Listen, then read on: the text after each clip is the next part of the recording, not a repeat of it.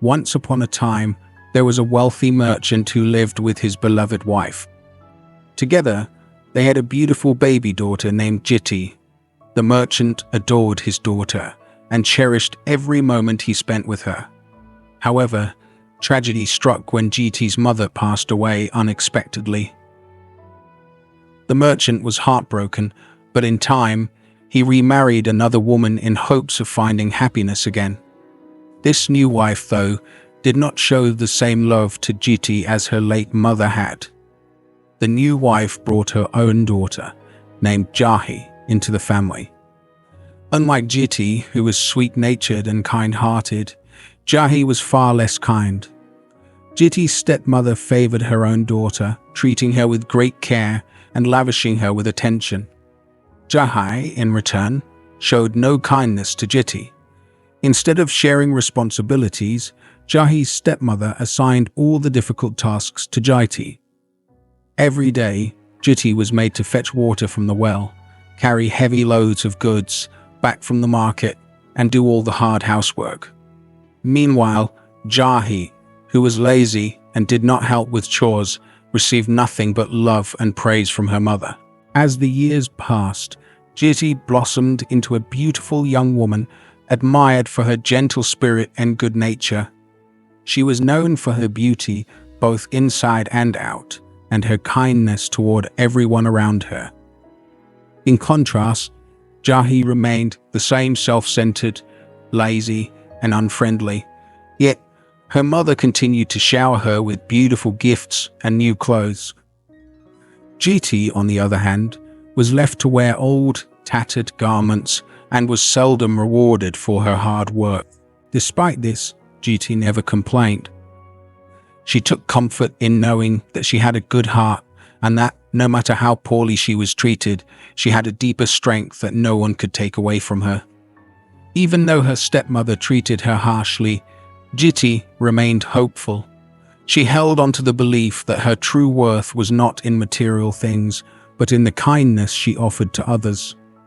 Jiti's quiet resilience stood in stark contrast to Jahi's selfishness, and yet, no matter what happened, Jiti stayed true to herself, knowing her time would come.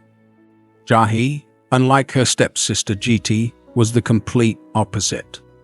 While Jiti was hardworking, kind-hearted, and selfless, Jahi was lazy, spoiled, and selfish. Her mother, the stepmother, adored her and made sure she received everything she wanted. Jahi rarely helped with the housework, avoided fetching water from the well, and never carried any goods from the market. Instead, she spent her days doing nothing, waiting for her mother to pamper her.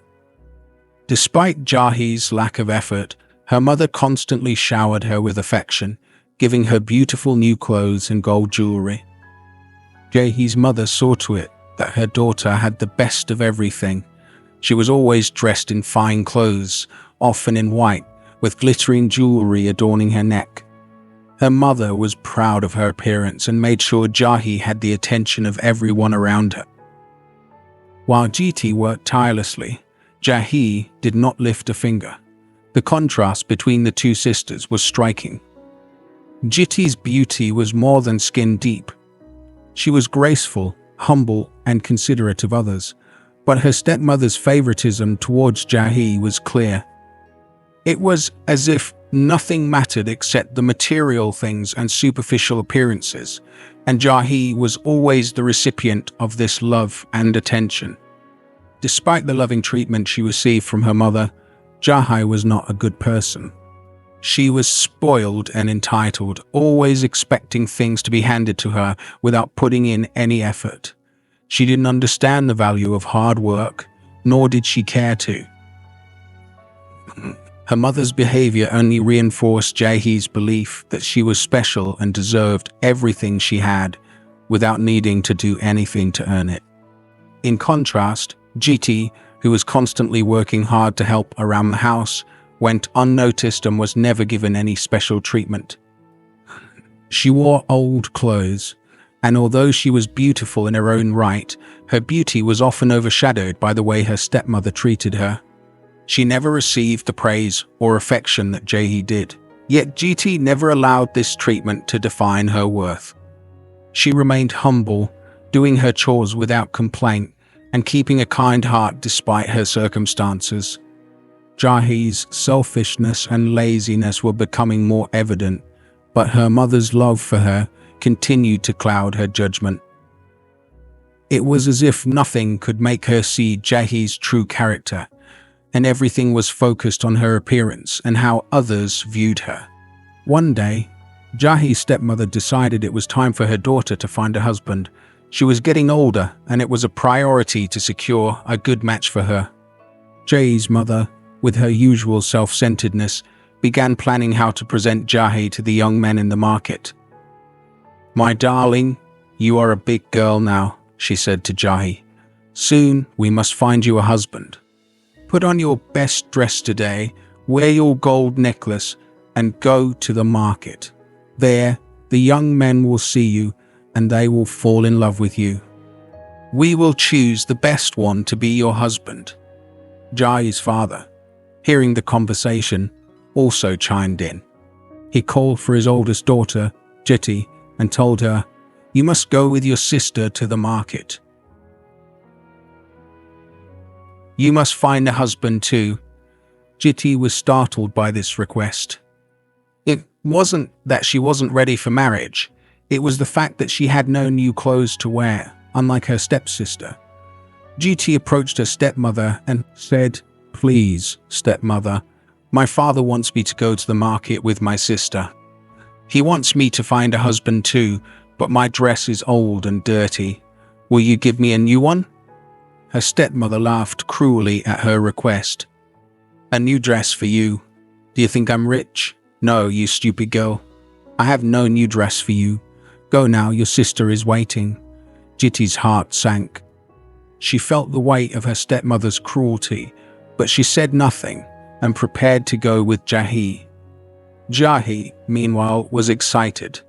She knew she was going to look beautiful in her fine clothes and her shiny gold jewelry. She had always been the center of attention, and today would be no different. The two sisters made their way to the market. As they walked, Jiti's heart sank further. She looked at her worn, faded dress and felt self-conscious. "No one will talk to me," she thought. "My dress is old and dirty. The young men will never notice me." At the market, there were many people selling goods, farmers with crops, women selling vegetables, and merchants with cloth and shoes. Among them was a handsome young man who caught sight of Jahi.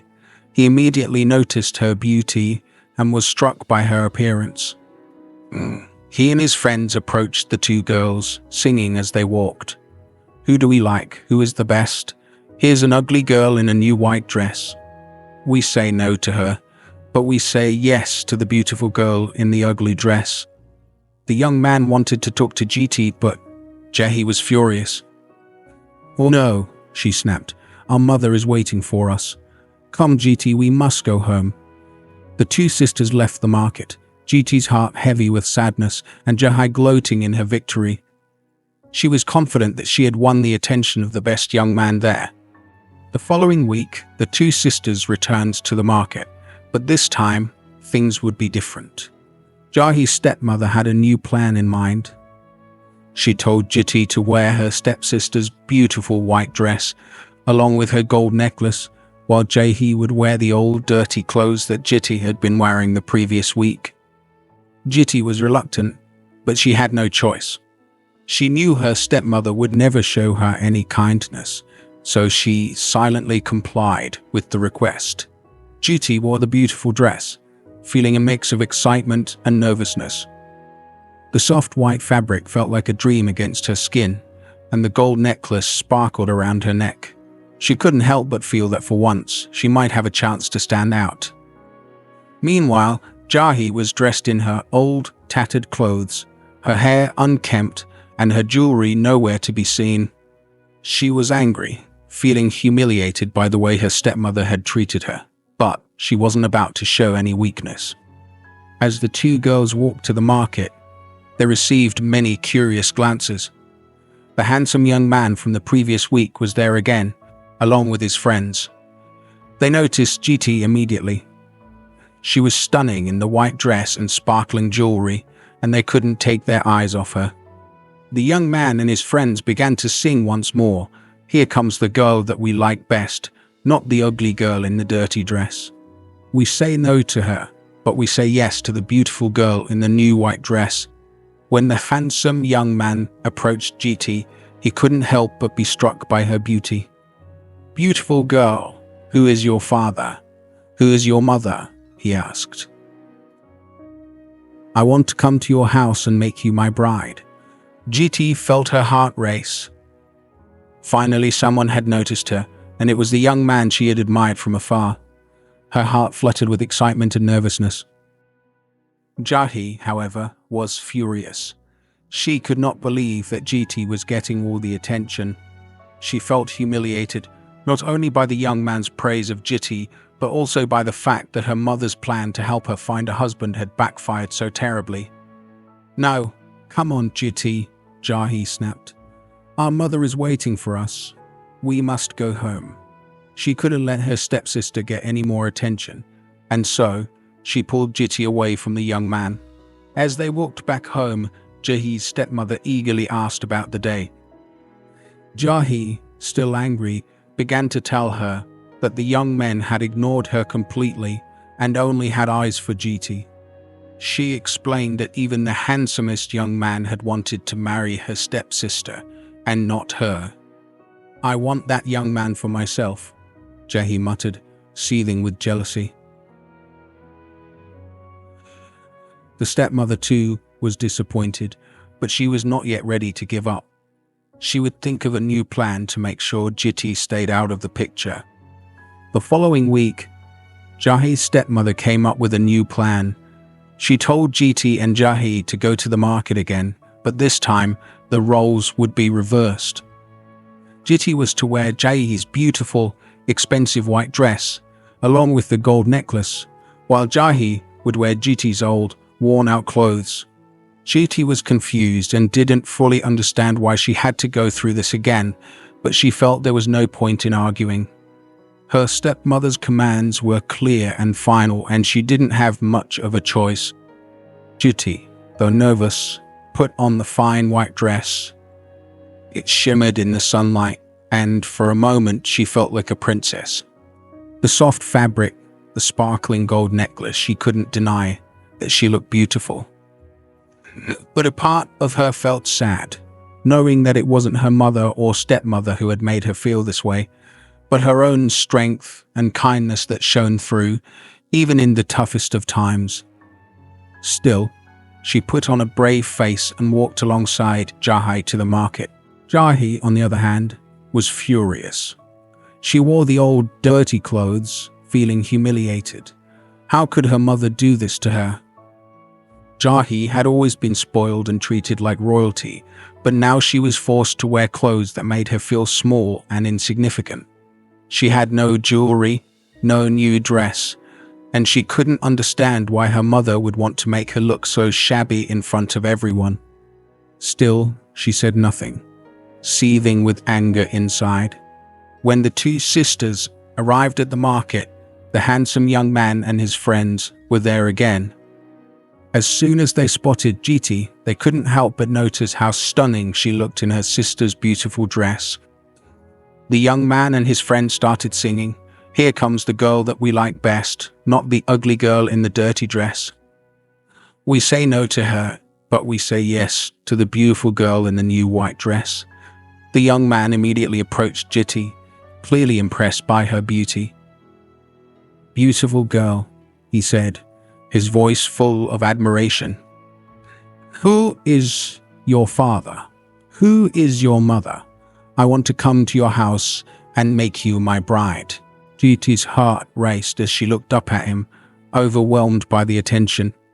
For the first time, someone saw her for who she truly was, not because of the dress, but because of her kindness, her inner beauty. She was shy but happy, knowing that someone had finally noticed her for the right reasons. But Jahi, furious at being ignored, snapped at her stepsister. "Come on, GT," she said. Our mother is waiting for us. We must go home. Jiti reluctantly left with Jahai, feeling both excited and saddened by the events of the day. Jai was furious, jealous and angry that her plan to be the center of attention had failed. She had expected to be praised, but instead, all the young men had looked at Jiti and admired her beauty. She felt humiliated and vowed that this wouldn't be the end of it. The following days were tense in the household. Jahi's stepmother was furious that her daughter hadn't been the center of attention at the market. She couldn't stand seeing Jiti receive the admiration of the handsome young man, and so she began to devise a wicked plan. She hated the idea of Jiti continuing to live under her roof, seeing her as nothing but trouble. The jealousy and spiteful thoughts consumed her, and she made up her mind Jiti had to go. One evening, Jahi's stepmother called Jahi over and spoke to her in a cold, calculating tone. "I want you to take your sister to the forest," she said. "There, you will cut branches from the trees to build a shelter for a bride." Jahi was puzzled but listened as her mother continued. "Tell your sister to climb into the tree, and while she's there, you will secretly place a slippery piece of bark near the river. When Jiti goes to fetch water, she will slip on it, fall into the river, and drown. That will be the end of her." Jahi's heart sank, but she didn't argue. She didn't dare. Instead, she nodded, feeling conflicted, but knowing her mother's wrath was something no one dared challenge. The two sisters went to the forest. Jahi climbed up a tree to cut the branches while Jiti, unaware of her sister's sinister intentions, picked up pieces of bark to put near the river. Jiti, after some time, called up to Jahi. "Come down from the tree," she said. "Mother needs you to bring water from the river." Jahi, with a sense of satisfaction, gave a harsh, mocking command. "Go to the river, lazy girl. Mother is waiting for you." Jiti, unsuspecting, hurried to the river, her heart light despite her worries about the day. She slipped on the log of bark her sister had carefully placed, falling straight into the river. The water was cold and swift, and before she knew it, a dark force emerged from the depths. A wicked demon who lived in the river grabbed her, pulling her down with such force that she could not escape. "You are mine now," the demon growled, tightening his grip around her. "And I will never let you go." Meanwhile, Jahai's father, the merchant, was far away on business, unaware of the horror that had just unfolded. When he returned home, he immediately noticed Jiti's absence. He asked his wife, "Where is my daughter Jiti?" "Where is she?" His wife feigned ignorance and coldly replied, "I don't know. She must have run away."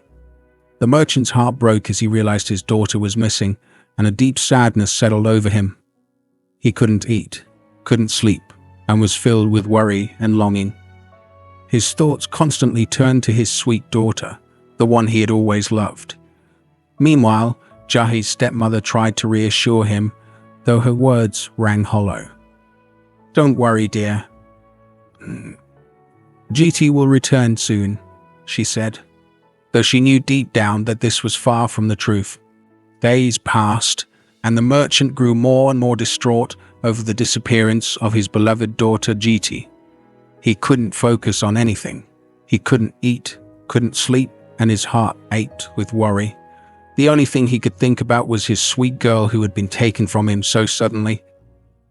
His wife, though, continued to act as if everything were fine. She told him to eat, to drink, and to rest, but it did nothing to soothe his broken heart. He was consumed by the thought of where his daughter could be and why she had disappeared. One afternoon, after several days of silence, the merchant spoke to his wife. "I want my daughter back," he said, his voice filled with sorrow. "Please go to the river and call for Jiti. Tell her I come home. Tell her I can't live without her." His wife reluctantly agreed and made her way to the river, knowing that her daughter was lost forever, but still pretending to care. When she reached the riverbank, she stood at the water's edge and called out, "Jiti, your father is waiting for you. He's not eating, not drinking, and he can't rest. Why are you hiding? Why do you wait? Come back to your father. He wants you." Suddenly, a voice echoed back from the water, but it was not Jiti's. It was a voice full of sorrow and bitterness. "My mother is dead, but I know you," the voice said. "You wanted to kill me, to drown me too. Tell my father to eat, to drink, and to forget his poor daughter Jiti." The stepmother was shocked and frightened, but the voice of the river, which was the spirit of Jiti, spoke the truth. "Tell him not to wait for me any longer. I can't come back. He must forget about me." The stepmother returned to the merchant, her face pale with fear. "Your daughter can't come back," she said, lying. "She is lost, and you must forget her. She doesn't want to return." The merchant, devastated by the news, couldn't bear it. He refused to believe his daughter was gone forever. "I want to see her," he insisted. "I want to find her, to hold her once more." The pain in his heart only grew, but he refused to give up hope. At the same time, Jiti's bridegroom, who had been deeply in love with her, couldn't forget her. Every day he thought about her, and every day he felt the loss. One day, while he was taking his father's cattle to the river, he saw a figure standing in the water, thin and sad, with tears in her eyes. It was Jiti. The sight of her, so frail and broken, made his heart ache. "Jiti, my love, is that really you?" he called out. "Why are you here in the river? What happened to you?" Jiti's voice echoed back, full of sadness. "I can't come out. The demon has captured me. I am trapped here in the river. Please bring me food, for I'm growing weak." Desperate to save her, the young man promised, "I will bring you food every day until you are free." And so he began the daily ritual of bringing food for Jiti, throwing it into the river for her to eat. Slowly, Jiti grew stronger, but the young man was becoming weaker with each passing day. The love he felt for her was making him sacrifice his own well-being, and he was growing more frail as Jiti gained strength. As the days passed, Jiti's bridegroom grew thinner and weaker. He sacrificed everything, his health, his strength, and his peace of mind, all for the woman he loved. Each day, he brought food to the river and threw it to Jiti, watching as she grew stronger with every bite. But as she regained her strength, he became frail, his body weakening from the lack of food. His love for Jiti was unconditional. He was willing to endure any hardship just to see her free from the demon's grip. One day, as he became too weak to even lift the food for her, his father noticed the change in him. "Why are you growing so thin?" his father asked. "What's going on? You don't eat anymore. You've been looking sick." The young man, too weak to hide it any longer, confessed, "It's Jiti. A demon took her, and every day I bring her food to help her get stronger. But now I'm fading away, and she's growing stronger." His father, wise and concerned, listened carefully. "You must save her," he said. "Go to the river again and tell her, I want to save you." "How can I do it?" "Ask her for the secret, and then come back and tell me." The young man did as his father instructed. He went to the river once again, calling out to Jiti, "Jiti, I want to save you." "How can I help you?" Jiti's voice echoed back from the depths of the water. "My master, the demon, is always hungry," she replied. "You must kill a bull and throw a piece of its meat into the river. The demon will see it, and in his hunger, he will jump to catch it, allowing me to escape." The young man rushed home to his father and told him everything. His father, filled with urgency, agreed to help. They killed one of the biggest bulls and took the meat to the river, where they threw it into the water. As soon as the demon saw the meat, he jumped eagerly, devouring it. And in that moment, Jiti was free. She ran from the water, but another demon, one that was blind, was waiting near the edge of the river. He smelled the meat and leapt toward her, but Jiti, determined to escape, pushed him away. In the struggle, the demon's hand tore her breast off, but she kept running, finally reaching the arms of her bridegroom. The young man, overwhelmed with joy, held her tightly. "You're safe," he said, tears of happiness in his eyes. But Jiti, though relieved, looked at herself and said sadly, "I am not beautiful anymore. Look at me, one of my breasts is gone." Bridegroom, holding her close, replied, "You are still beautiful to me. No matter what happens, you are perfect just the way you are." And so, they were married. And though their journey had been filled with hardships, they found happiness in each other. They had many children and lived a full, joyful life. In life, we often face hardships that challenge us, and sometimes we might feel like we've lost something important along the way, our beauty, our strength, or our happiness. But the true lesson here is that love, sacrifice, and resilience are what truly define us. Just like Jiti and her bridegroom, it is through enduring difficult times with kindness and determination that we find the strength to overcome obstacles and ultimately find happiness. It's not the physical or superficial things that matter, but the love and inner strength we show to those who truly matter.